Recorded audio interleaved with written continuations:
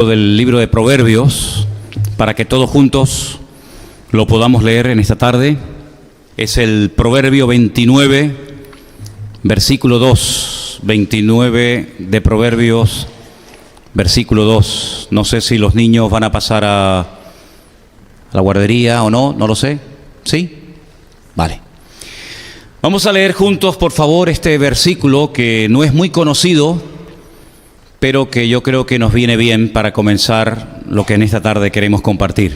Lo leemos juntos. Cuando los justos dominan, el pueblo se alegra, mas cuando domina el impío, el pueblo gime. Otra versión, en vez de la palabra domina, es la palabra gobierna.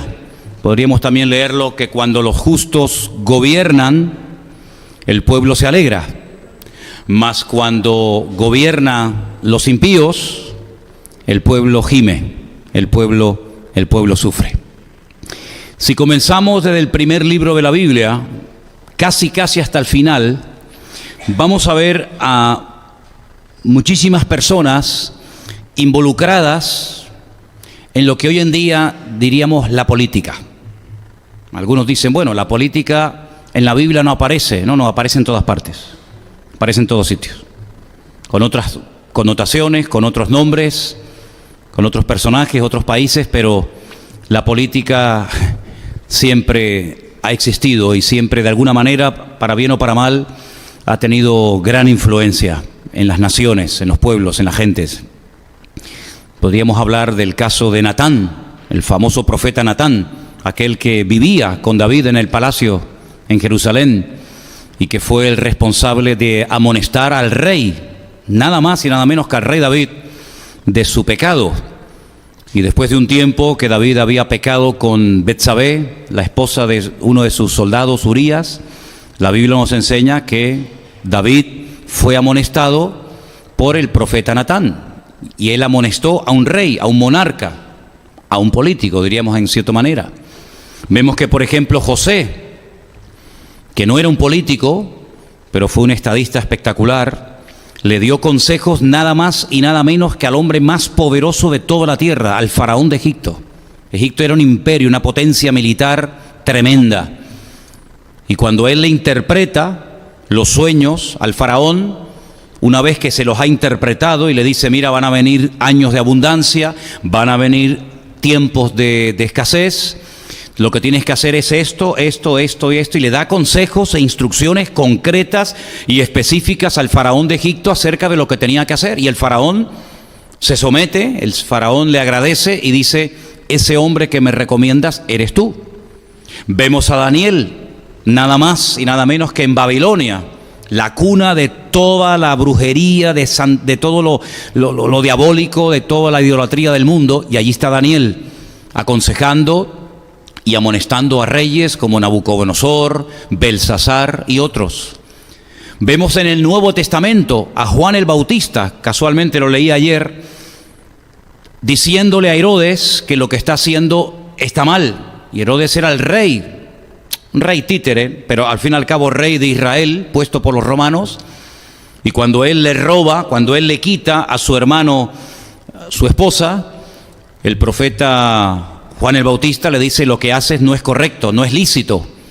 Y esto me imagino que no era agradable al rey Herodes, y al final le cortaron la cabeza, por decir la verdad, ¿no?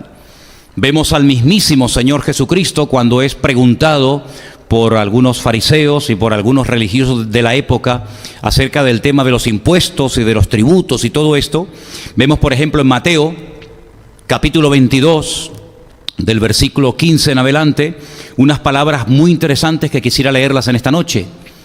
Entonces los fariseos fueron y consultaron cómo sorprenderle en alguna palabra. Y le enviaron los discípulos de ellos con los herodianos diciendo, maestro, miren qué descripción los enemigos de Cristo, escucha esto, mira cómo describían los enemigos de Cristo, los que venían a sorprenderle en algún fallo, en algún error, cómo describieron a Cristo. Sabemos que eres amante de la verdad, que enseñas con verdad el camino de Dios y que no te cuidas de nadie, porque no miras la apariencia de los hombres. Una descripción de Cristo extraordinaria. Dinos pues, ¿qué te parece? ¿Qué opinas? ¿Es lícito dar tributo a César o no? Cuidado, cuidado. Como digas que sí, te pones en contra a todo tu pueblo. Como digas que no, te pones en contra por rebelión, por sedición a todos los romanos. Jesús, conociendo la malicia de ellos, les dijo: ¿por qué me tentáis, hipócritas? Tremendo, ¿eh? ¿Por qué me tentáis, hipócritas? Mostradme la moneda del tributo. Y ellos le presentaron un denario. Entonces les dijo: ¿de quién es esta imagen y la inscripción? Le dijeron: de César. Y les dijo: dad pues a César lo que es de César, y a Dios lo que es de Dios. ¿Cuántos dicen amén? Una respuesta espectacular. Los dejó a todos realmente con la boca abierta, ¿no? Así que vemos que el Señor Jesucristo no enseñó nunca a sus discípulos, y por consiguiente también a nosotros, que por el hecho de ser creyentes no tenemos que cumplir la ley, sino más bien todo lo contrario. Más bien todo lo contrario. Todas y cada una de las leyes tenemos que cumplirlas, subrayo, siempre y cuando no vayan en contra de la palabra de Dios. Siempre y cuando no sean leyes que vayan en contra de la Escritura, tenemos el deber y la obligación de cumplirlas. Hay momentos en la historia en la que se dictaron leyes injustas, como por ejemplo se prohibía orar, y Daniel dijo: hasta aquí hemos llegado, amigo. Esa ley no la pienso cumplir, porque aunque esté firmada y ratificada por el rey, es una ley incorrecta y nadie me va a impedir orar y tener comunión con mi Dios. Y lo siguió haciendo. No es que a partir de ese día Daniel se convirtió en un hombre de oración. Dice que ya era su costumbre orar por la mañana, por la tarde y por la noche, todos los días de su vida, y lo siguió haciendo con las ventanas de la casa donde vivía abiertas. No se ocultó, no tuvo temor, porque era una ley antibíblica, y nosotros los cristianos, las leyes, tenemos obligación de cumplirlas siempre y cuando no vayan en contra de la palabra de Dios. ¿Estamos de acuerdo? Amén. Romanos capítulo 13, estamos poniendo una base de lo que queremos hablar en esta tarde. Hemos ya leído la explicación de Jesús sobre el tema de dar o no dar el tributo al César. Leamos en Romanos capítulo 13, estamos en plena efervescencia del Imperio Romano.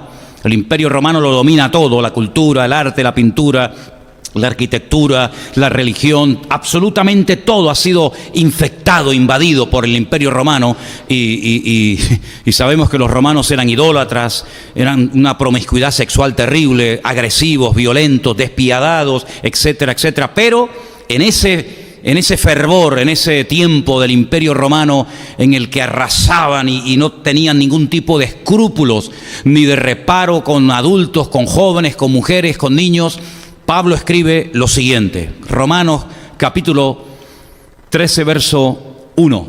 Sométase toda persona a las autoridades superiores. Incuestionable el mandato, sométase.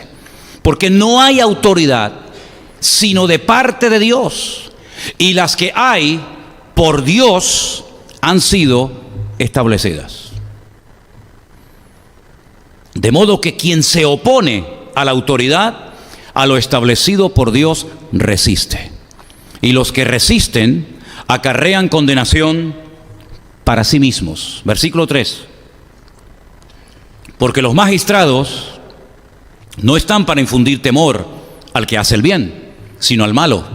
¿Quieres pues no temer la autoridad? Haz lo bueno y tendrás alabanza de ella. Porque es servidor de Dios para tu bien, pero si haces lo malo, teme, porque no en vano lleva la espada. Hoy en día diríamos la porra, ¿no? Pues es servidor de Dios, vengador para castigar al que hace lo malo.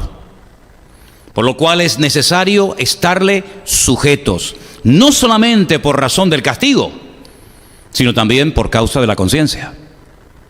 Y termino con el verso 6 que dice: pues por esto pagáis también los tributos, los impuestos, porque son servidores de Dios que atienden continuamente a esto mismo. ¿Cuántos dicen amén? Así que he puesto como base estos dos textos, uno de Mateo capítulo 22, otro de Romanos capítulo 13, donde vemos que las autoridades, repito y subraya, siempre y cuando no vayan en contra de la palabra de Dios, hay que obedecerlas, hay que sujetarnos. No todas las leyes caerán de buen agrado en nuestra vida. Hay algunas leyes que nos gustaría que no existieran, pero aún así hay que cumplirlas. La madurez del creyente no se demuestra cantando. Cantar no cuesta nada. De hecho, lo hemos hecho ahora y podíamos haber estado 3/4 de hora más. Y puede cantar incluso hasta el inconverso que entra por primera vez a una iglesia y no le cuesta nada porque encima es acompañado por otros que cantan y le ayudan y encima tenemos la letra y etcétera, etcétera. La madurez del creyente se demuestra en muchos aspectos de la vida y uno de los aspectos de la vida del creyente es someterse a aquellas autoridades y a aquellas leyes que aparentemente nos pueden parecer duras, difíciles de cumplir, pero sin embargo si es ley y no está en contra de la palabra de Dios, repito y dejo claro, tenemos la obligación de cumplirlas, cada una de ellas. A mí me gustaría, les soy sincero, poder ir a 160, 180 por las autopistas. A mí personalmente me encantaría, pero no puedo. Porque el límite de velocidad, la autoridad en este país lo ha establecido a 120. Si queremos correr más de la cuenta, pues tendríamos que irnos al país de nuestra hermana Cordy, en Alemania, donde hay muchas autopistas, que ahí no hay límite de velocidad, pero nosotros no vivimos según las leyes de Alemania, nosotros vivimos según las leyes de España. Y hay leyes que nos pueden gustar más, nos pueden gustar menos, pero son las que hay. Y este es el país donde vivimos, y en el país donde vivimos los creyentes tienen que saber vivir y tienen que adaptarse. Y por ejemplo, si hubiéramos vivido en los primeros siglos de la era cristiana, existía la esclavitud. No era un delito tener esclavos, al contrario, Pablo escribe a los esclavos cristianos, repito, a los esclavos cristianos, y les dice: sujetaos a vuestros amos, y no creáis que porque algunos de ustedes tienen el privilegio de tener amos creyentes, le vais a servir peor, sino al contrario. Si eres esclavo y tu amo es creyente, tienes que servirle mejor. Primero, porque es tu amo, y segundo, porque es tu hermano en Cristo. ¿Qué te parece? En ningún momento el apóstol Pablo, ni Pedro, ni Juan, ni Santiago, ni ningún apóstol, ni el mismo Cristo dijo: hay que abolir la esclavitud. En ningún momento, sino más bien todo lo contrario.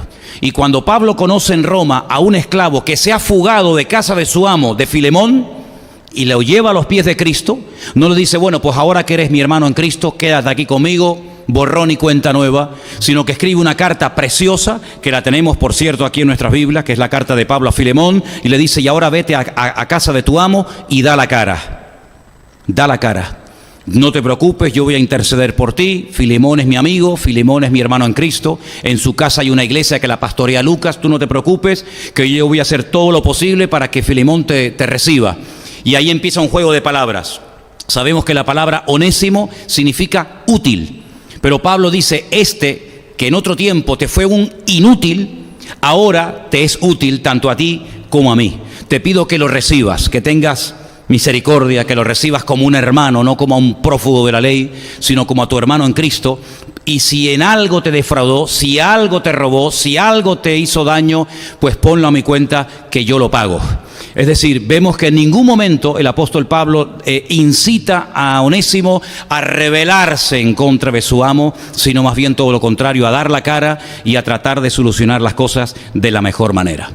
Ahora bien, trasladando todo esto a nuestro tiempo actual, pleno siglo XXI, y en este país tan lleno de mezclas y tan complicado y a veces tan difícil de entender como es España.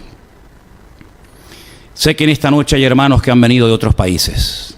Sé que aquí entre nosotros hay argentinos, cubanos, venezolanos. ¿Qué más? Uruguayos. Sí, argentinos. En fin, de Ecuador. Bueno, todos nosotros tenemos algo en común y vivimos todos en el mismo país. Y este país de España, yo he tenido el privilegio de conocerlo un poco. Mis padres son españoles, mi padre ya murió, mi madre aún sigue con vida, los dos son españoles o fueron españoles, mi padre. Mis abuelos nacieron en España, los conocí. Mis bisabuelos, los conocí por parte de mi abuelo, también eran de España. Mi bisabuelo fue alcalde de Arrecife de Lanzarote, 1800 y pico, antes de huir rumbo a Cuba en un barco de vela, y después fue a Argentina y posteriormente llegaron a Venezuela. Es decir, que conozco un poco este país. Este país es un país lleno de mezclas, porque por este país de España han pasado todos los que te puedes imaginar y conozcas. Han pasado los celtas, los íberos, los fenicios, los suevos, los vándalos, los alanos, los romanos, los árabes, los judíos y ahora los argentinos, los bolivianos, los chilenos, los dominicanos, que por este país ha pasado absolutamente todo el mundo. Está en un lugar estratégico del continente europeo, es donde termina o donde empieza Europa, según cómo se mire. Para los griegos, ellos lo llamaban Iberia. Iberia era España para los griegos, Hispania, que significa país de metales preciosos, para los romanos. Y cada uno de los que han pasado han dejado su cultura, sus tradiciones, sus palabras, etcétera, etcétera. Por lo tanto, cuando hablamos de España no hablamos de un país homogéneo. Si juntáramos a un gallego, a un andaluz, a un vasco, a un canario, a un catalán, a un madrileño, aunque todos hablan el mismo idioma, aparentemente, la diferencia de una región a otra es tan abismal que a veces cuando saltas de una provincia a otra parece que te has ido de España y has llegado o has aterrizado en otro lugar. Se hablan oficialmente 4 idiomas oficiales, pero luego hay más de 16 dialectos que se hablan en diferentes partes del país, como el aranés, el ibicenco, el mallorquín, el valenciano y tantos dialectos que se enseñan y se hablan. Es un país que realmente es un misterio que permanezca unido, porque es tan diferente una persona del norte a una persona del sur, o una persona de Castilla, a una persona de Cataluña, o a un vasco, o a un gallego, que es realmente algo milagroso el que España se haya mantenido, digamos, unida durante tantos siglos. Hay algunos refranes muy conocidos cuando se habla de España, tomé nota de alguno de ellos. Este, por ejemplo, me llamó mucho la atención. Para unos, para los romanos y para otras personas, decían que España tiene que ser el país más fuerte del mundo, porque los españoles llevan siglos intentando destruirlo y aún no lo han conseguido. Otros decían, los españoles prefieren la guerra al descanso, y si no tienen enemigo exterior, siempre buscarán uno dentro de la casa. Es increíble, ¿no? Ahora, cuando hablamos, por ejemplo, de este país, me llama mucho la atención y quiero que ustedes sepan eso, y se lo decía a Irle hace un rato para que se enseñe esto en la escuela dominical de los niños. España aparece en la Biblia en 3 ocasiones, tanto en el Antiguo como en el Nuevo Testamento. Claro, el nombre de España en el Antiguo Testamento no era el de hoy en día.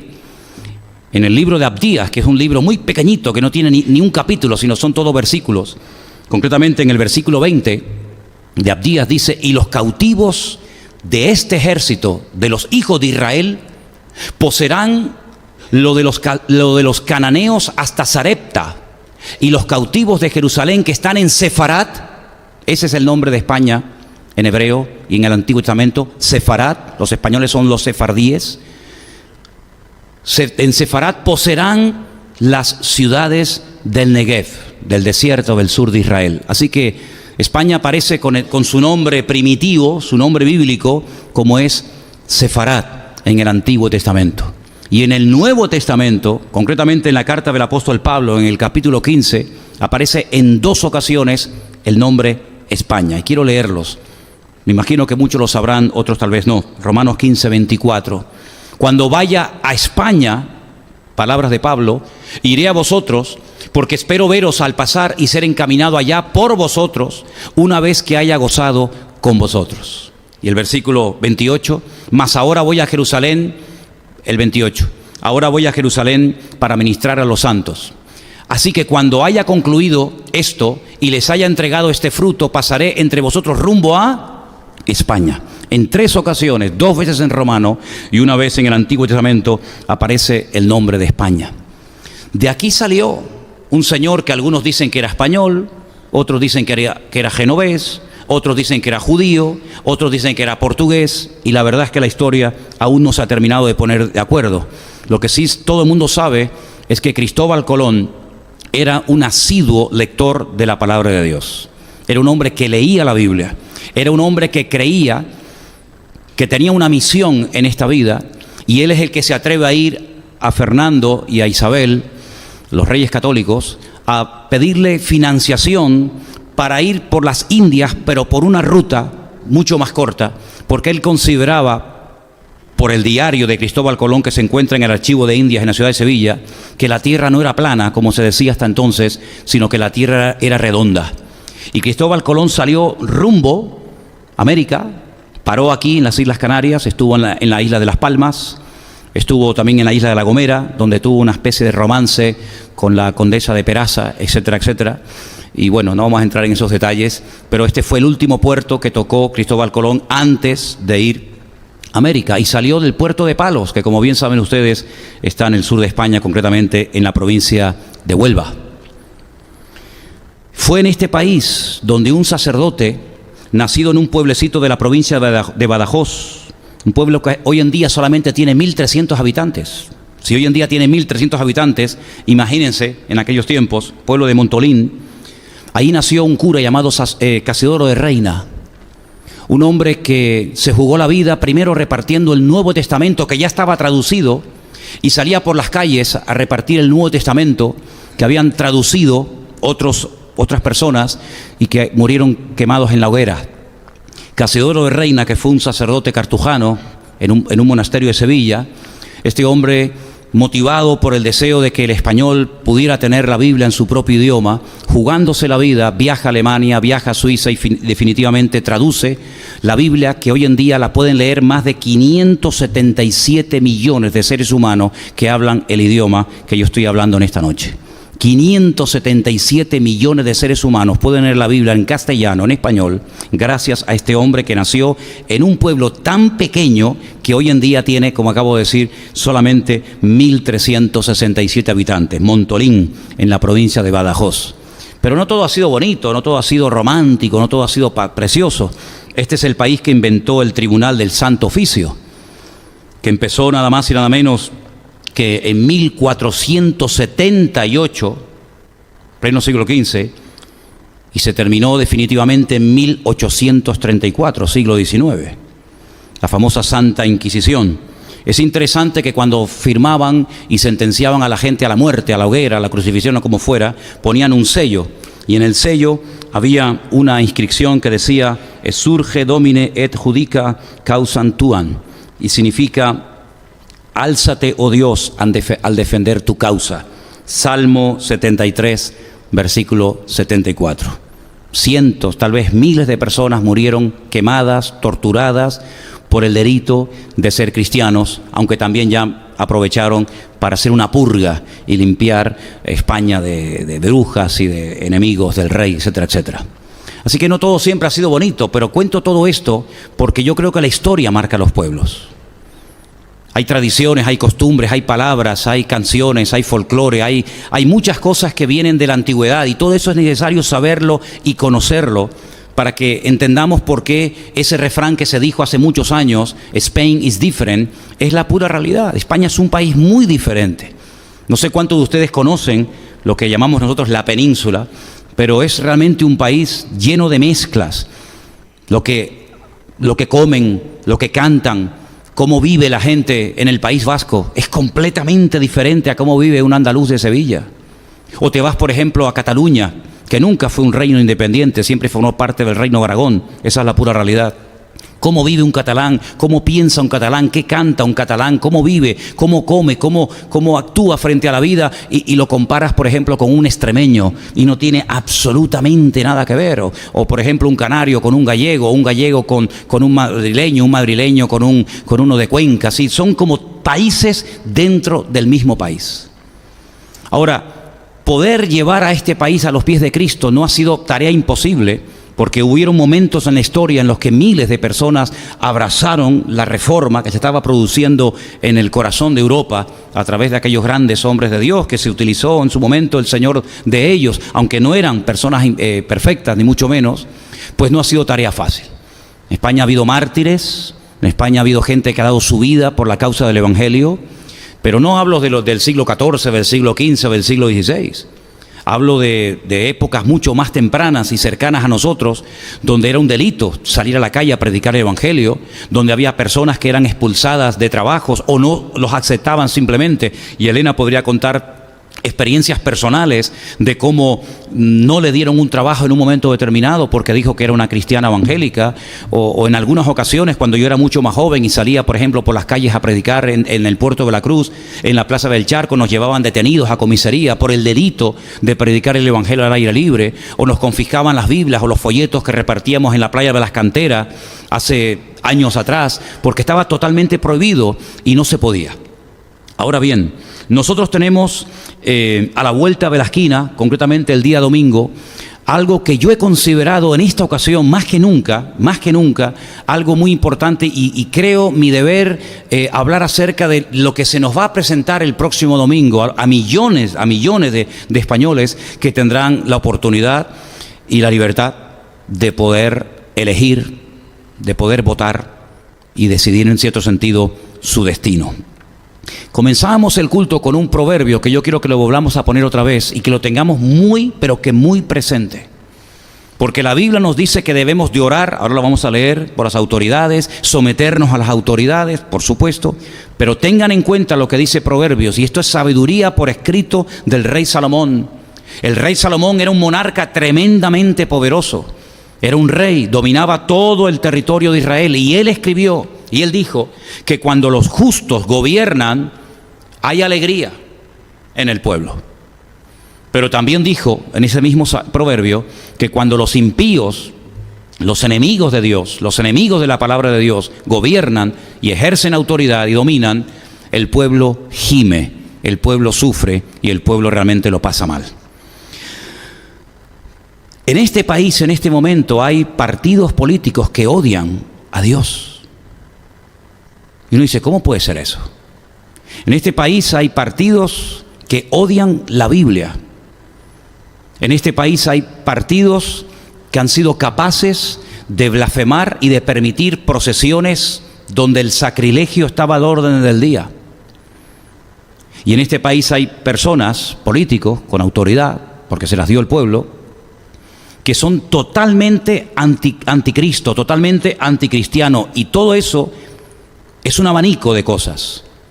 Son personas que le han dado total rienda suelta prácticamente, casi al principio era en casos puntuales, y hoy prácticamente cualquier mujer puede abortar. Nosotros estamos 100% en contra del aborto, salvo en peligro de la madre, evidentemente, pero partidos que tienen una especie de monotema, y uno de ellos es el aborto. El aborto no se puede tocar porque es el derecho que se han ganado las mujeres de este país a pulso. Dijo una vez un gran filósofo español, algún día la humanidad reconocerá que el aborto es un crimen contra la humanidad misma. Algún día el hombre se dará cuenta que matar a su propia especie es lo peor que se puede hacer. Se habla del derecho de la madre, pero ¿quién defiende el derecho del niño? Se habla de que no es un ser vivo, se cambian los adjetivos, pero aunque la mona se vista de seda, mona se queda. No deja de ser un crimen, no deja de ser un asesinato, me da igual si lo sacan a los 3 meses, a los 15 días, a los 6 meses, o como se dice hoy en día, incluso en el momento de nacer, ahí se quiere llegar, hasta en el momento del mismo parto, están dispuestos a aprobar una ley que si en ese momento la madre decide no tenerlo, en ese momento se puede eliminar al niño. Hasta ese punto hemos llegado. Tocar hoy en día el tema de los homosexuales en cualquier tertulia, en cualquier radio, en cualquier periódico, en cualquier televisión, es declararte hombre muerto. Ha habido grandes periodistas que, no sé si ustedes han notado, que han desaparecido completamente de la radio, de la televisión, se han tenido incluso que ir a otros países, como por ejemplo nuestro hermano en Cristo César Vidal, uno de los mejores historiadores y periodistas que ha dado este país, se ha tenido que ir a vivir a los Estados Unidos, porque en cuanto tocaba en las tertulias, en las emisoras en las que trabajó el tema del aborto, el tema de la homosexualidad, se le cerraron todas las puertas, incluso hasta algunas personas intentaron quitarle la vida y matarlo. Hablar que hoy en día la familia no solamente se puede formar por un hombre y una mujer, que esa es la familia bíblica y la que Dios avala, decir que no es familia ni matrimonio un hombre con un hombre, una mujer con una mujer, o un hombre con un animal, o un animal con una mujer, eso hoy en día sería declararte hombre muerto y cerrarte todas las puertas. Pero a ese punto hemos llegado. Partidos que quieren apoyar otro modelo de familia que el que nuestro Dios nos ha enseñado en su palabra. Y creo que ya sabéis, porque lo he dicho en varias ocasiones, que la unión entre el hombre y la mujer, con esa unión entre un hombre y una mujer se forma el nombre de Dios. Y en el momento en el que quieras poner un hombre con un hombre o una mujer con una mujer, el nombre de Dios desaparece. Y en el momento en el que en una unión incluso entre un hombre y una mujer y quites el nombre de Dios, lo que queda es fuego y destrucción. Y lo que se ha intentado sistemáticamente, de una forma muy bien planificada, es quitar a Dios de en medio. Pero no solamente quitar a Dios de en medio, sino hacerle la guerra a Dios. Y ha habido personas que son diputados, que son personas de relevancia política a nivel nacional, que tienen sus escoltas y buenos sueldos, y que tienen sus choferes, etcétera, etcétera, que han sido capaces de entrar a iglesias, en este caso católicas, a interrumpir una misa, a interrumpir un acto religioso, lo cual es un delito registrado en la Constitución, porque consideran de que ser creyente o defender a la familia de toda la vida o estar en contra del aborto es como ser un retrógrado y ser una persona del siglo XV o del siglo XIV, cuando nada más lejos de la realidad. Nosotros los cristianos hemos sido llamados a defender la vida y nunca la muerte. Y les puedo asegurar de que el tema de la eutanasia está encima de la mesa y lo que se quiere es a toda costa introducirlo, y vamos a volver a los tiempos de la Segunda Guerra Mundial, donde el que no producía, el que no caía bien o el que tenía la más mínima tara o defecto se le podía eliminar porque no era productivo para la sociedad. Imagínense si se aprobara por decreto ley la eutanasia, a cuántos ancianos que ya están apaleando, humillando y tratando como si fueran animales, se les eliminaría y encima se creería que se les hace un favor. Bueno, pues detrás de todo lo que estoy diciendo, que nos puede parecer la época de los cavernícolas, la época de Sodoma y de Gomorra o de Babel, pues eso es algo actual, y eso es lo que llaman ser del siglo XXI. Eso es lo que llaman ser moderno. Hay partidos que tienen como punto de mira, de ayuda fundamental, a los musulmanes. Nosotros no tenemos nada en contra de los musulmanes, pero los musulmanes sí tienen muchas cosas en contra de nosotros. Porque para ser un buen cristiano uno tiene que amar a tu prójimo como a ti mismo. Pero para ser un buen musulmán tienes que amar, tienes que odiar a los cristianos, y si puedes matarlo, aprovecha y hazlo. Esa es la pura realidad. En el Corán no existe misericordia. Hemos estado en Israel hace muy poco y hemos visto filas de viudas o de mujeres abandonadas o de niños con defectos que no van a recibir ni la más mínima misericordia, porque en el momento en el que tu marido muere o caes enfermo o tienes la desgracia de caer en la droga o de quedarte solo ante la vida, amigo, eres hombre muerto, como en los tiempos de la Biblia, que los extranjeros, los huérfanos y las viudas eran los colectivos más desfavorecidos y eran personas condenadas a la miseria más absoluta. Hasta que Cristo aparecía por allí, ¿verdad? Y les cambiaba la vida. Bueno, pues me acaban de decir hace unos días que van a construir una de las mezquitas más grandes de Europa, aquí en Tenerife, en Adeje, en el sur de nuestra isla. ¿Quién cede esos terrenos? ¿Quién concede esas licencias de obra? ¿Quién financia todo eso? Bueno, dicen, y esto se sabe de toda la vida, ya lo vimos cuando estábamos en Kenia, que fui con Armando en varias ocasiones. Arabia Saudita da más de entre 8.000 y 10.000 millones de dólares todos los años para la construcción de mezquitas por todas partes del mundo. Hemos visto, por ejemplo, en la ciudad de Malindi, en Kenia, mezquitas totalmente vacías, pero cuanto más, mejor, para que pueda haber prevalencia por encima de los cristianos. Y en este país, sabéis que los musulmanes tienen todas las puertas abiertas y reciben subvenciones. La pregunta es, ¿por qué hay ciertos y determinados políticos o partidos que se casan y que se llevan tan bien con los musulmanes? Bueno, es muy fácil entender la explicación, porque así como los musulmanes odian a los cristianos, hay muchos políticos que odian a los cristianos, y todo el que odia a los cristianos, Dios los cría y el diablo los junta. Por esa sencilla razón. Quiero que también sepan ustedes, hermanos, que no solamente está pasando esto en nuestros días hoy en día, sino que no hace mucho tiempo, yo lo dije aquí, no sé si ustedes se acuerdan, se quería aprobar una ley, gracias al Señor que no salió, pero se quería aprobar una ley donde todos los que fueran a predicar desde un púlpito en una iglesia el domingo, tenían que ir a una oficina, a un edificio, a un lugar que ellos establecieran y diseñaran y designaran, y llevarles el mensaje por escrito, para que ellos revisaran si las palabras que los pastores íbamos a predicar el domingo a la mañana o a la tarde podían ser ofensivas, o podían tocar el tema de la homosexualidad, y entonces una especie de censura, decir, lo siento, esto usted no lo puede decir, esto es un delito, esto no lo puede decir, y entonces ellos te aprobaban o no el mensaje que tenías que compartir el domingo, y entonces venías y dabas el mensaje según lo que ellos te habían cortado o añadido. A esos extremos se quería llegar el año pasado aquí en España, en este país. Gracias al Señor que esa ley no se aprobó, aunque yo les puedo asegurar que este que les habla terminaría en la cárcel. Porque a mí jamás nadie me va a decir lo que debo y lo que no debo hablar de la palabra de Dios, sino todo lo contrario. Los cristianos, y más yo que me dedico a servir al Señor, tenemos que tener el valor de denunciar lo que la Biblia denuncia, de avalar lo que la Biblia avala y de decir claramente todo el consejo de Dios, le guste a quien le guste y le pese a quien le pese. No sé lo que ocurrirá en los próximos años, pero lo que está bien claro es que desde hace mucho tiempo se está intentando ir cortando, hasta el punto, queridos hermanos, que se está llegando a un nivel en el que se está comentando muy seriamente, no sé si ya existe en algún colegio, lo ignoro, de que se supriman los baños de niños y de niñas, porque vamos al unisex, ¿verdad?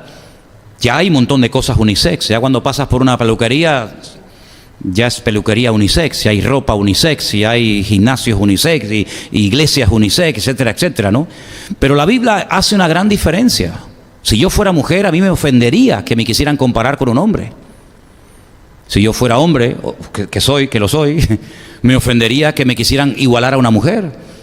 Esto no es cuestión de ser mejor o peor, es cuestión de aceptar lo que eres y punto. Y la Biblia nos habla, y la naturaleza y la ciencia lo avala, que solamente existen dos sexos, masculino o femenino. Pero creo que ahora hay también como una moda de gente que no se sienten, porque antes te sentía o hombre o mujer, y el hombre a veces quería ser la mujer y la mujer quería ser hombre, pero ahora hay una tercera característica, o una cuarta o quinta, ya no sé por dónde vamos, que hay algunos que ya son asexuales. Ya no se sienten ni hombre ni mujer. Por eso hay que inventar algunas palabras y algunos adjetivos y algunos términos nuevos, porque ya cómo te diriges a uno que no es hombre y a uno que no es mujer. Me hace recordar ese versículo que dice la Biblia, que en el tiempo del fin, cuando el Señor venga, será un día que solamente el Señor conoce, que no será de día ni de noche. Y uno dice, ¿cómo será ese día? Porque o es de día o es de noche. Ese día solamente lo conoce el Señor. Pues hemos llegado a un punto en el cual hay niños, jovencitos, ¿verdad?, que ya dicen que no se sienten ni hombre ni mujer. ¿Saben que en la Biblia hay 44 versículos que hablan acerca de las responsabilidades civiles de los cristianos? Vamos a leer uno de ellos. 1 Timoteo 2, versículos del 1 al 2. Exhorto ante todo a que se hagan rogativas, oraciones, peticiones y acciones de gracias por todos los hombres, por los reyes y por todos los que están en eminencia, para que vivamos quieta y reposadamente en toda piedad y honestidad. Tito 3, versículo 1, nos dice lo siguiente: recuérdales que se sujeten a los gobernantes y autoridades, que obedezcan, que estén dispuestos a toda buena obra. Nuestra obligación es orar para que vivamos quieta y reposadamente, dice la Biblia. Luego, si podemos vivir tranquilos, quieta y reposadamente orando, oremos.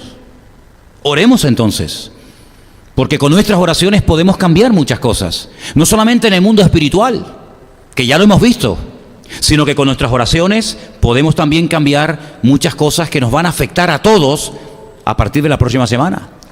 Ahora, el espectro, el panorama político que se nos presenta delante de nosotros es muy variopinto, aunque realmente, les digo con toda honestidad, son todos como loros. Repiten más o menos todos lo mismo. Da igual si es fulanito o es menganito, más o menos es una especie de monotono. Así como nosotros creemos que no existe una iglesia perfecta, sino la nuestra solamente, ¿verdad? Así como creemos que no existe una iglesia perfecta, no hay una iglesia perfecta. Amén, hermano, esta no es perfecta. No hay ninguna iglesia perfecta. Tampoco podemos caer en el absurdo de creer que hay un partido 100% perfecto que se va a adaptar al 100% de lo que dice la palabra de Dios. En todas las iglesias hay sus más y sus menos, están compuestas por seres humanos, los seres humanos somos imperfectos, pero hay una gran diferencia entre los que somos imperfectos y amamos al Señor y queremos agradarle, y aquellos que también como nosotros son imperfectos, pero entregan su vida para el mal y para ser instrumentos del diablo. Hay una gran diferencia. Una iglesia nunca puede ser perfecta, porque desde el pastor hasta el último, todos son imperfectos, pero esas personas imperfectas reconocen su dependencia de Dios, recurren a Él, claman a Él, el Señor los fortalece, los ayuda, los transforma, los restaura, etcétera, etcétera. Y sus imperfecciones están sometidas al gobierno de Dios y pueden llegar a ser personas de mucha bendición si se dejan utilizar por Dios, a pesar de que son instrumentos imperfectos. Pero el hombre imperfecto que no quiere conocer a Dios, que le da descaradamente las espaldas a Dios, puede llegar, si encima tiene poder y autoridad, puede llegar a hacer gemir y llorar a los santos, a los hijos de Dios, como hemos leído en esta noche en el libro de Proverbios. Así que todos somos imperfectos, las iglesias son imperfectas, todos son imperfectos, los partidos también son imperfectos, porque están compuestos por seres imperfectos, pero dentro de la gran imperfección de la raza humana hay diferencias, por supuesto que las hay. Yo jamás en mi vida, y ahora hablo a título personal, jamás en mi vida yo daré mi voto ni mi apoyo a un partido que apoya el aborto. Jamás, jamás en mi vida, porque cada aborto que se celebre y se realice en este país se hará con mi voto y con mi consentimiento, y mi conciencia me impide apoyar a un partido que apoya el aborto. Y además, hermanos, Europa está envejeciendo a pasos agigantados. La despoblación de los pueblos en España, de la España rural, prácticamente ha casi desaparecido. Hay pueblos donde hay 2, 3, 4, 5 habitantes, y pueblos que ya han desaparecido y están totalmente vacíos. Y conocemos algunos de ellos, por Galicia, por Castilla-La Mancha, etcétera, etcétera. Luego es un disparate que en España, en vez de ayudar a tener hijos, se ayuda a no tenerlos. Y a los que lo tienen, a que los aborten y terminen en el cubo de la basura. La Biblia dice que tener hijos es una bendición que viene de parte de Dios. Y el aborto es un asesinato. El aborto es un crimen. Es haciendo un mal uso de tu derecho, entre comillas, quitarte de encima lo que te estorba, lo que te molesta y tirarlo al cubo de la basura. Ese cuerpecito de ese futuro médico, abogado, arquitecto, predicador, pastor, etcétera, ese cuerpecito es sinónimo de que Dios es el dador de la vida, y Dios es el que da la vida y el que la quita.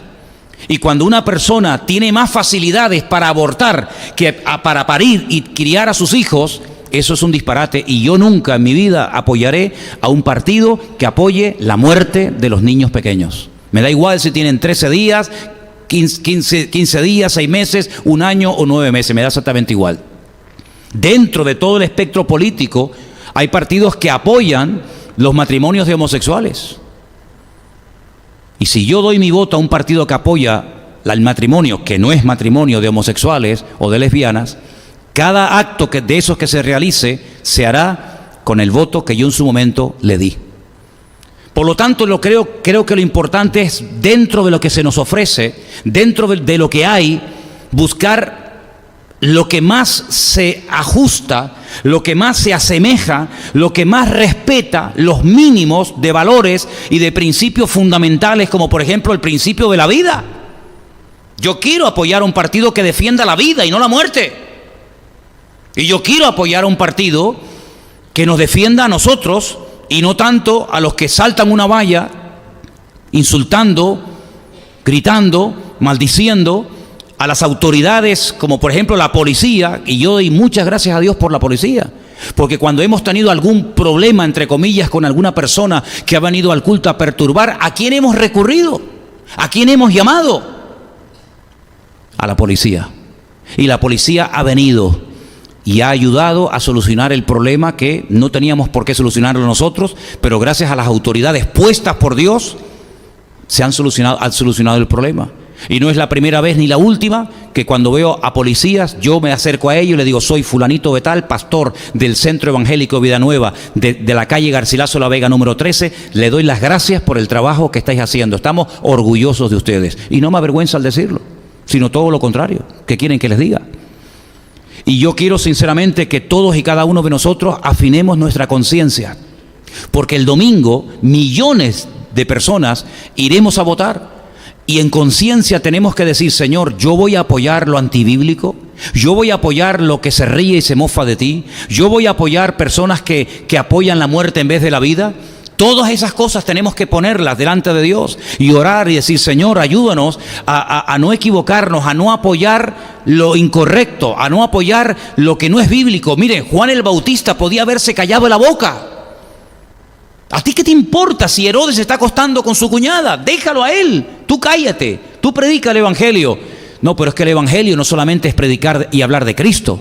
El Evangelio y la responsabilidad de un siervo de Dios y del creyente es denunciar el pecado, dice la Biblia, ¿sí o no?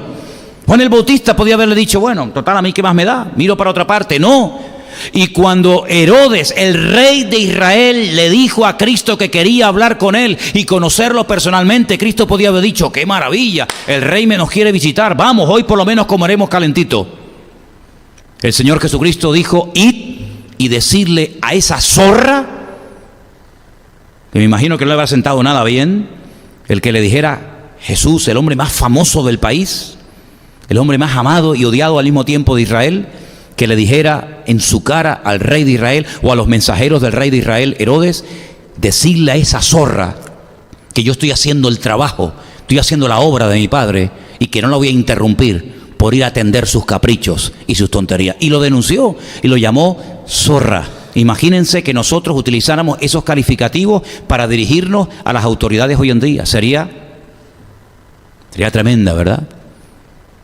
Una de las cosas que debemos de orar es para que Dios nos dé el valor de denunciar lo que tenemos que denunciar. La Biblia dice que tenemos que ser la sal de la tierra y la luz del mundo. Y la luz sirve para iluminar, para disipar las tinieblas. Y la sal servía para evitar el proceso de descomposición de los alimentos. ¿Cómo vamos a atravesar el desierto con carne y con pescado si no la salamos? Esos animales, eso que hemos pescado o cazado, se va a pudrir por el camino y no vamos a poder hacer uso de ello. Y la sal se usaba para evitar el proceso de descomposición. Y la iglesia, hermano, tú y yo, hemos sido puestos en esta tierra para frenar el proceso de descomposición y por lo menos para denunciar el pecado. Y si quieren seguir pecando, allá ellos, pero nunca podrán decir que no hubo profeta en Israel, como dice la Biblia. Por lo tanto, cuando se nos presente la oportunidad de hablar en tertulias, con vecinos, con amigos, compañeros de trabajo, de la universidad, donde sea, donde sale el tema de la homosexualidad, el tema del aborto, el tema de esto o el tema de aquello, hermanos, hagamos acto de presencia, no nos quedemos callados, digamos lo que Cristo diría en ese momento si estuviera en nuestro lugar. Y por otra parte, dejando un poco el tema espiritual a un lado, yo sinceramente siento en mi corazón que este país necesita un cambio.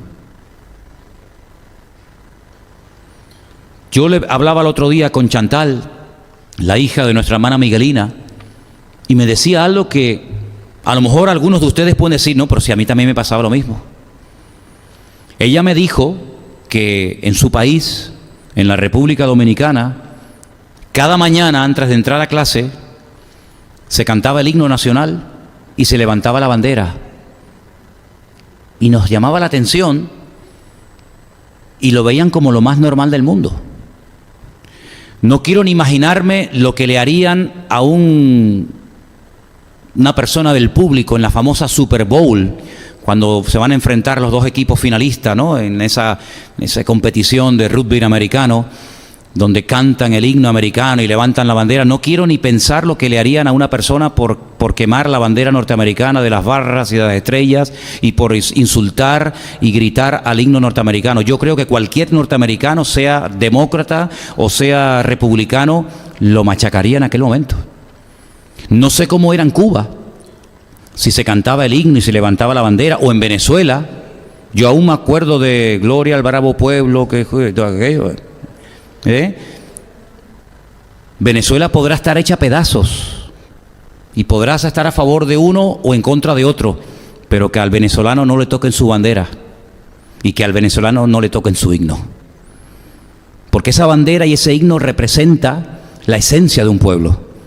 Y me da igual si es fulanito o es menganito, pero lo que no haría jamás un japonés, ni un cubano, ni un argentino, ni un venezolano, ni un chileno, ni un canadiense, lo que no haría nadie, ustedes han podido comprobar cómo en este país la bandera se quema, al himno nacional se le pita, se le insulta, y en algunas provincias de España el ir con una bandera es casi jugarte la vida.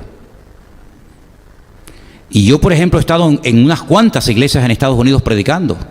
He estado en Orlando, he estado en Miami, he estado en Atlanta, he estado en California, y yo he visto en todas las iglesias norteamericanas, en la famosa Catedral de Cristal de Robert Schuller, allí en California, yo he visto en todas las iglesias norteamericanas la bandera de Estados Unidos.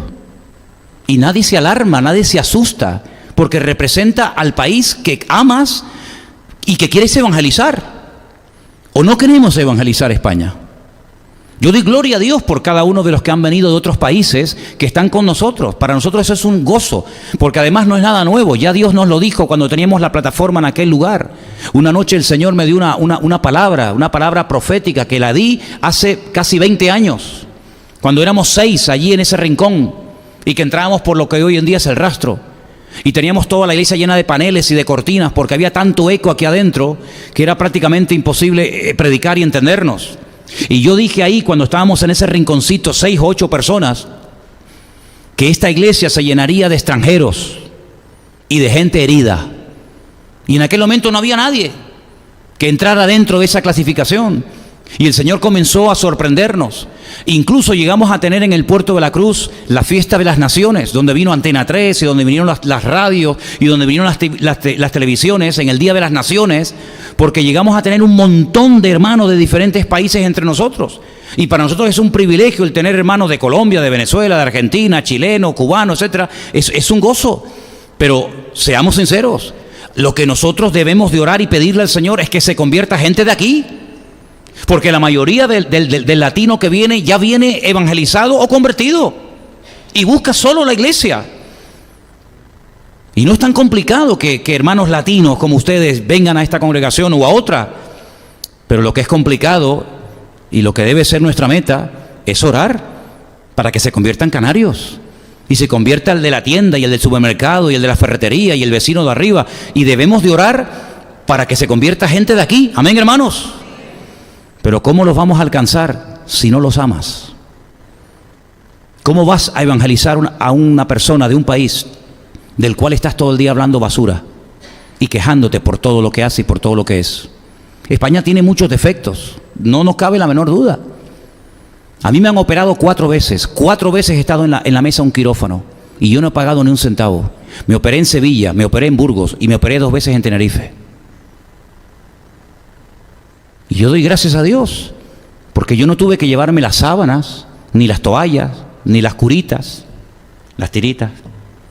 Ni me tuve que llevar nada. Y yo doy gracias a Dios porque a mí me atendieron. Y doy gracias a Dios que Elena ha parido 2 veces. Y las 2 veces nos han atendido sin ningún problema.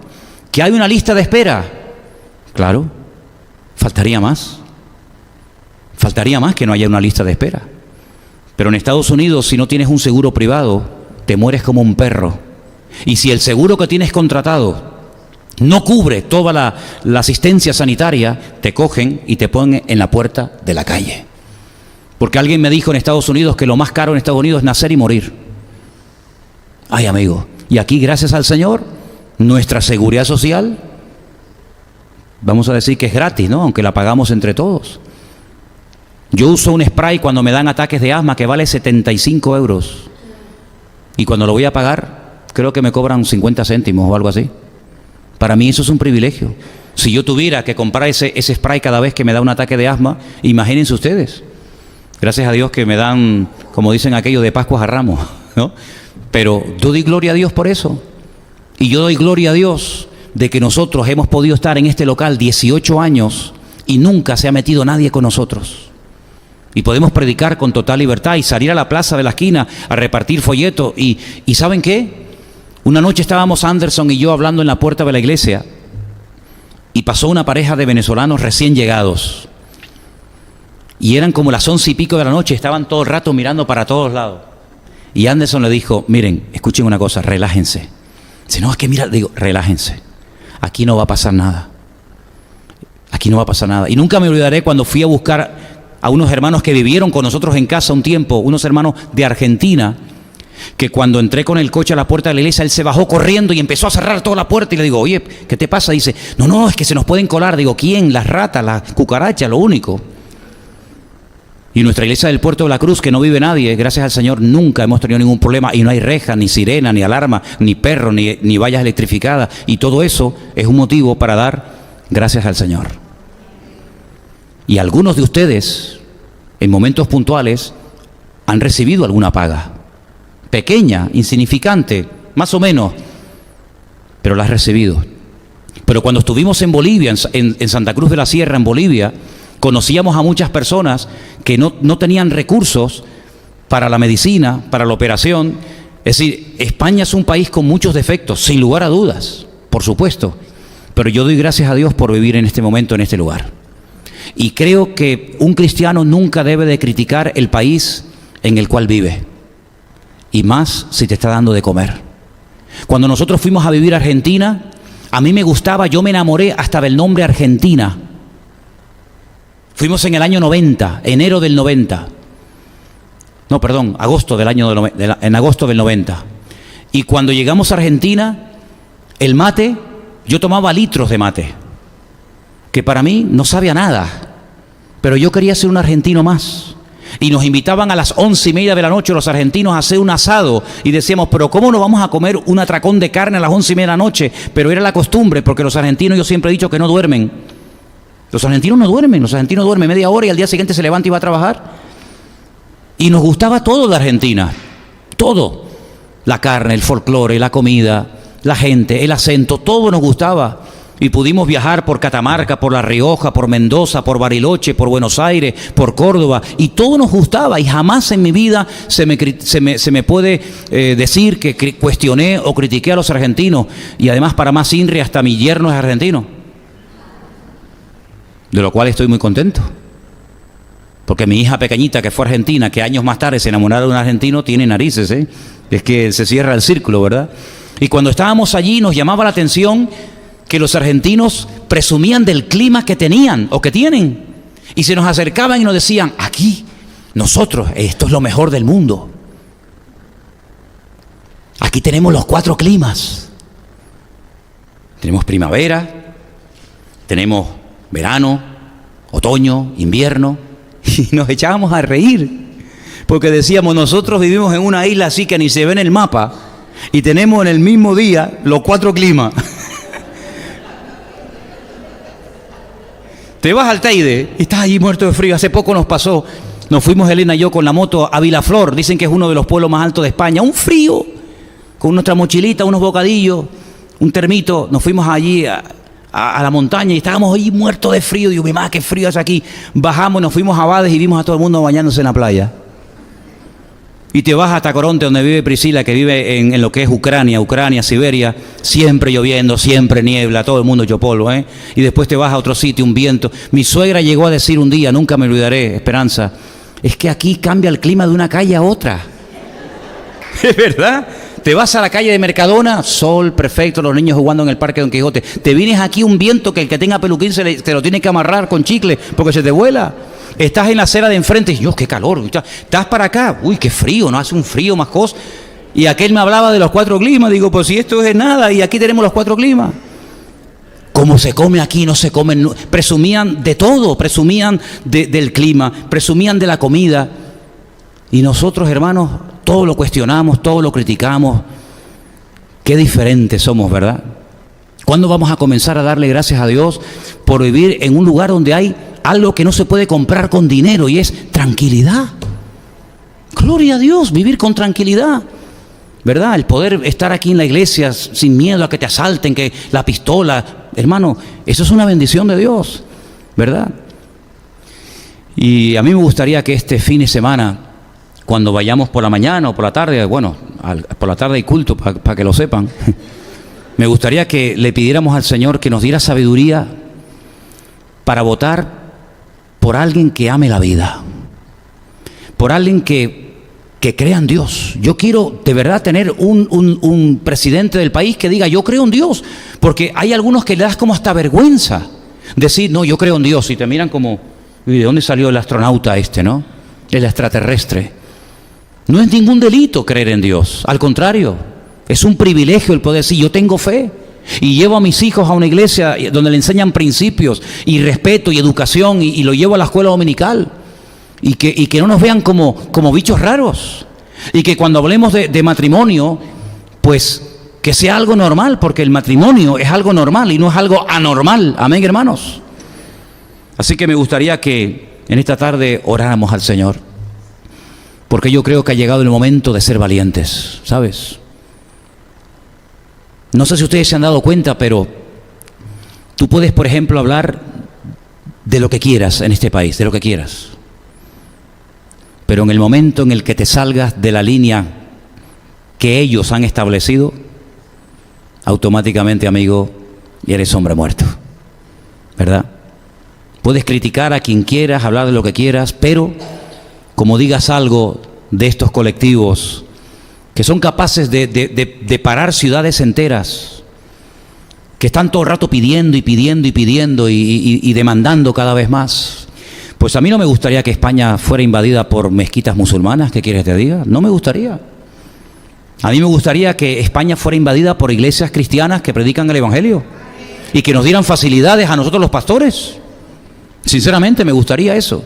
Y por eso yo quiero que oremos, porque hay 2 posibilidades. Miren, el lunes podemos encontrarnos con una de estas 2 posibilidades.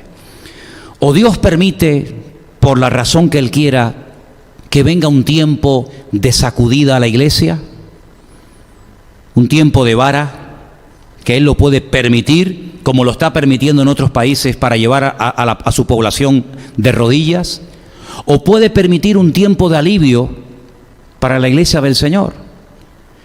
Probablemente algunos me critiquen en internet o en YouTube cuando diga esto, pero yo creo, como dijo el presidente de Israel, Benjamín Netanyahu, que este presidente de los Estados Unidos, Trump, con todos los defectos y con todas las cosas raras que pueda tener, es como un bálsamo para el pueblo de Dios.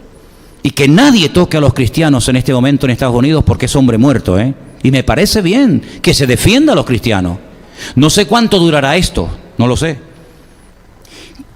Pero cuando una persona ama y respeta al pueblo de Dios, por lo cual también a Dios, y algo muy importante que no se suele decir, y respeta y valora al pueblo de Israel, para mí tiene todo el apoyo.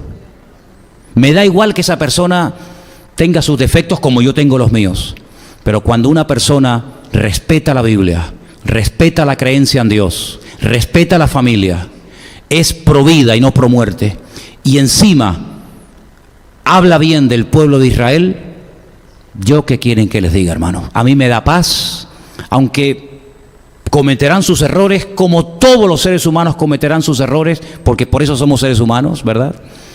Pero yo quiero pedirles a todos ustedes en esta noche que oremos para que podamos vivir quieta y tranquilamente en los próximos años que nos quedan de vida. ¿Cuántos dicen amén? Nos ponemos de pie, queridos hermanos. Vamos a ponernos de pie.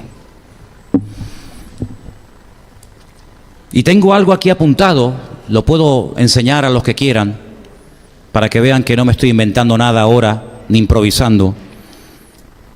Y me pregunté, ¿digo esto o no lo digo? Lo voy a decir. Quiero que los hermanos y los creyentes que se congregan en esta iglesia amen el lugar donde vivimos. No creo que esté pidiendo nada exagerado. Yo sé que la tierra tira, yo sé que tienen familiares en sus países, pero todos los que estamos aquí debemos de vivir el lugar donde Dios ha querido que nuestros padres nacieran, se conocieran, se casaran y naciéramos nosotros. Y eso no ha sido casualidad. Yo creo que el Señor ha permitido que mis padres, que se conocieron en Caracas, en Venezuela, se enamoraran, se casaran. Yo nací en Caracas, viví los primeros 10 años de mi vida, pero creo que el Señor tiene el control de todos y cada uno de los detalles de nuestra vida. Y a mí me gustaría que pudiéramos orar como el Señor oró por Jerusalén y lloró y se quebrantó. Podía haber dicho pecadores, inmundos, hipócritas, falsos, pero Él cuando llegó a Jerusalén lloró y dijo: Jerusalén, Jerusalén, hacen las cosas mal, matas a los profetas, apedreas a los enviados que yo te envío, pero yo he querido juntar a mis hijos como la gallina junta a sus polluelos, y no maldice a Jerusalén, no maldice a Israel, sino que ora y se quebranta por su pueblo y por su ciudad. Y a mí me gustaría que nosotros, algunos de ustedes sé que no sois de aquí, pero que pudiéramos orar y decir: Señor, bendice a España, que se conviertan miles de jóvenes al Evangelio, que se conviertan miles de familias al Evangelio, y que desde aquí pudiéramos salir a evangelizar a otras naciones y pudiéramos mandar misioneros a otras partes. ¿Por qué no, hermanos? ¿Por qué no? Si oramos con fe y bendecimos a esta tierra, yo creo que las cosas pueden cambiar. El diablo se ha ensañado, el diablo ha hecho barbaridades en este lugar, pero ¿quién tiene el poder? ¿Quién tiene la autoridad? ¿Quién tiene la última palabra? El Señor. Pues clamemos al Señor en esta noche para que el Señor mueva todo y vamos a aceptar la voluntad de Dios. Por supuesto, faltaría más, pero lo que esté de nuestra parte vamos a hacer todo lo que podamos para que todo se haga lo más cerca de la palabra posible. Aunque vuelvo a repetir, nunca vamos a encontrar el 100% de lo que nos gustaría, pero por lo menos dentro de lo que se nos ofrece, hermano, busquemos lo más cercano a los principios de la palabra de Dios. Padre Celestial, te damos muchísimas gracias en esta tarde por el privilegio que nos das de orar por este país. Casi 50 millones de seres humanos, Señor, donde la inmensa mayoría no te conocen, no te tienen.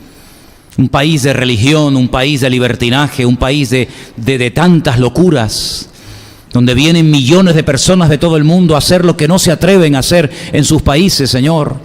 Pero yo te ruego en el nombre de Jesús que tú bendigas a tu iglesia, a todos los pastores, predicadores, evangelistas, a todos los maestros y maestras de escuela dominical, líderes de jóvenes, músicos, cantantes, ujieres, todas aquellas personas que están haciendo algo en el reino de Dios. Te pido, Señor, que extiendas tu mano, que tengas misericordia de este país. Sí, Señor, este país que ha derramado sangre inocente, este país que ha hecho muchos abusos, pero, Señor, aquí está tu iglesia, aquí está tu amada esposa. Señor, y así como tú no quisiste destruir a Sodoma y Gomorra mientras estuviera tu siervo Lot y su familia allí, yo te pido que tengas misericordia y mires, Señor, los que somos, y mires que aunque somos un pequeño rebaño, aunque somos pequeños en número, yo te pido que tengas misericordia de este país, de estas islas, Señor, y que el próximo domingo, cuando vayan a votar millones y millones de españoles, lo hagan, Señor, en conciencia, sabiendo que queremos que en este país siga habiendo esta tranquilidad, siga habiendo esta libertad y siga, Señor, el privilegio de poder vivir unos con otros, que no se rompa este país, Señor, que no se divida España, que no haya más abortos, que no haya, Señor, más muertes de mujeres inocentes, que no haya más niños muertos por sus padres. Señor, oramos porque tú puedes cambiar las cosas, tú puedes poner amor donde hay odio. Tú puedes sanar heridas, Señor. Tú puedes hacer que catalanes, madrileños, andaluces, vascos, gallegos se amen, se respeten y oremos juntos para que la obra de Dios avance. Porque al fin y al cabo nuestro objetivo no es levantar una bandera en contra de otra, no es mofarnos ni reírnos del otro, es orar para que el Evangelio corra y la obra de Dios se levante en pie de guerra y el fuego del Evangelio corra hasta el último rincón de esta tierra.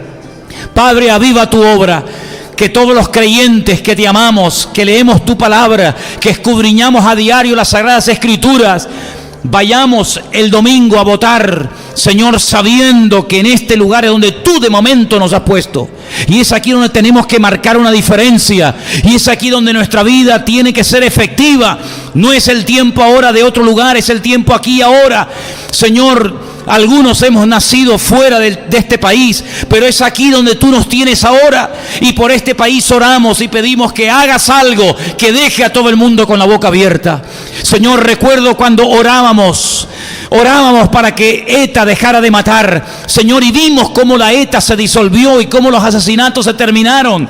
Y Señor, ahora oramos para que venga el respeto a los padres, para que tú vuelvas el corazón de los padres hacia los hijos y el de los hijos hacia los padres, como dice tu palabra, que tú lo harías antes de tu venida. Ruego, Señor, para que haya familias unidas y restauradas, para que el odio de los padres o de los hijos hacia los padres o hacia las autoridades se vaya y podamos, Señor, vivir como tu palabra me dice, quieta y reposadamente. Oro, Señor, para que le des sabiduría a los gobernantes.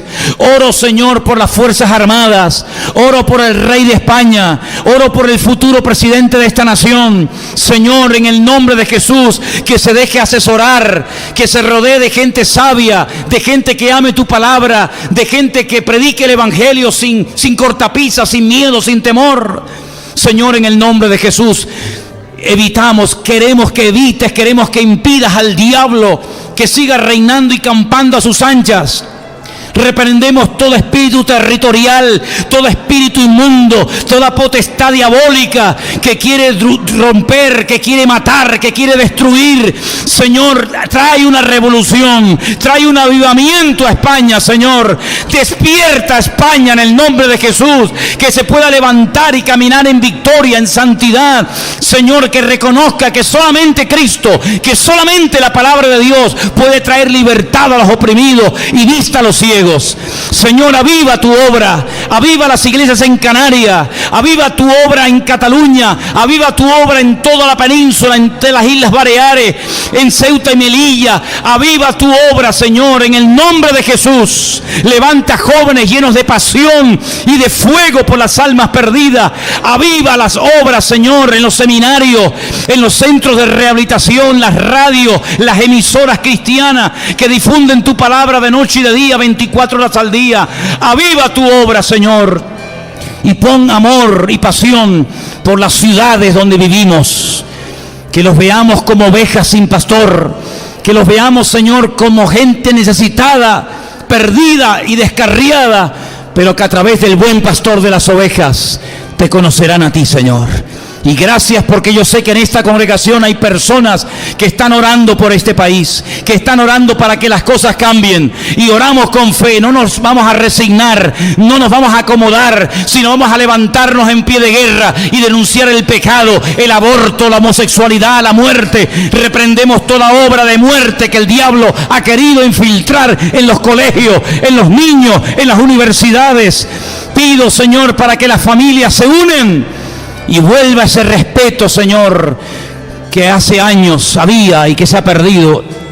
Te ruego en el nombre de Jesús que nos ayudes a vivir sabiamente con los inconversos, hablarles de ti, no tener ningún temor. Y pedimos, Señor, que tú bendigas el futuro y el destino de este país. Te damos gracias, Padre. Te damos gracias por ponernos en estos tiempos donde vamos a ver tu gloria, porque tu palabra lo promete, que mandarías tiempo de hambre, de palabra, sed de palabra de Dios. Y eso lo queremos ver en este país. Y que el fuego que comenzó en la época de la Edad Media vuelva otra vez a encenderse. Que la sangre de los mártires que fue derramada por amor al Evangelio, Señor, dé fruto a 100 por 1. Y donde los quemaron y los torturaron, se levanten iglesias poderosas y pastores y predicadores ungidos con el poder del Espíritu Santo de Dios. Y que veamos tu gloria como nunca antes la habíamos visto. Lo creemos y lo confesamos con fe en esta noche, en el nombre sobre todo del Señor Jesucristo. Amén, y amén, y amén. A ti la gloria y la honra, mi Señor. Aleluya, aleluya, gloria a Dios.